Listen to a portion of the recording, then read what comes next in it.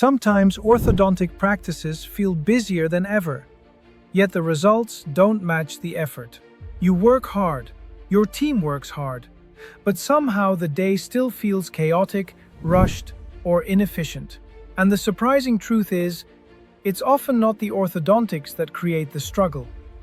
It's the hidden waste inside our daily workflows that quietly drains time, energy, and money. My name is Dr. Baxmann, and today I'll break down the 6 major types of waste we talked about on the podcast.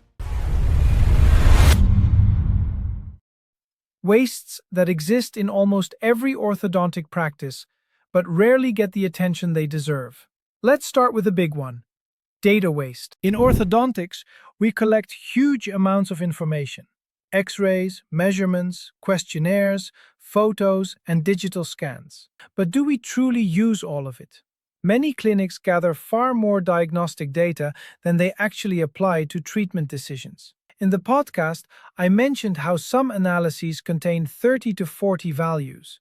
But when you ask someone, what does this value actually represent? Why do we need it? The answers get thin. This is where minimal, meaningful data becomes powerful. If we only collect what truly guides decisions, we reduce mental overload and streamline workflow immediately. The second type of waste is instrument and material waste. Every orthodontic practice has seen this. Too many pliers, too many variations of the same tool, and too much stock sitting unused. Then each assistant prefers a different type of holder or clip. Suddenly, you're drowning in tools that don't improve efficiency at all. The truth is, most clinics can work just as effectively with fewer standardized instruments. When everyone uses the same tools in the same way, the entire workflow becomes smoother and faster. Next is personnel waste, and this one is often misunderstood. It doesn't mean firing staff. It means assigning people smartly so their strengths are used efficiently. Too few employees create bottlenecks. Too many employees create underutilization. And when the flow is mismatched, good people end up wasting their skills instead of maximizing them. A well-structured team layout ensures every room, every role, and every minute is used wisely. Then we have time wasted and waiting. Every orthodontist knows this pain. The camera for intraoral photos is in room 3, but you need it in room 1. The gloves in your size are missing. The right plier is gone. A bracket is out of stock. Someone has to run, search, return, and reset the process. It sounds small, 30 seconds here, a minute there, but across 50 patients, it becomes hours of lost productivity. These micro delays chip away at energy and efficiency more than we realize. One of the most important points we discussed in the podcast is the waste of talent.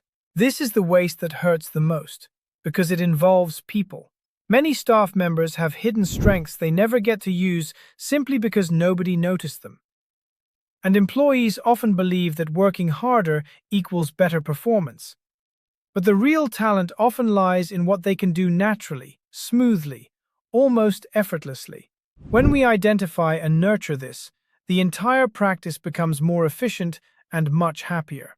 And finally, overtherapy. This form of waste is common yet rarely talked about.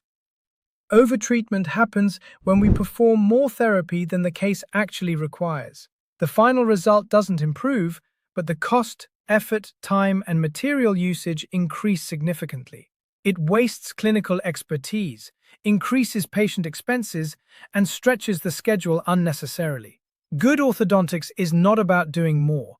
It's about doing what's necessary, precisely, and effectively. So let's summarize the 6 hidden wastes. Data waste, collecting more than we use. Instrument material waste, too many tools, too much stock. Personnel waste, skills not matched to roles.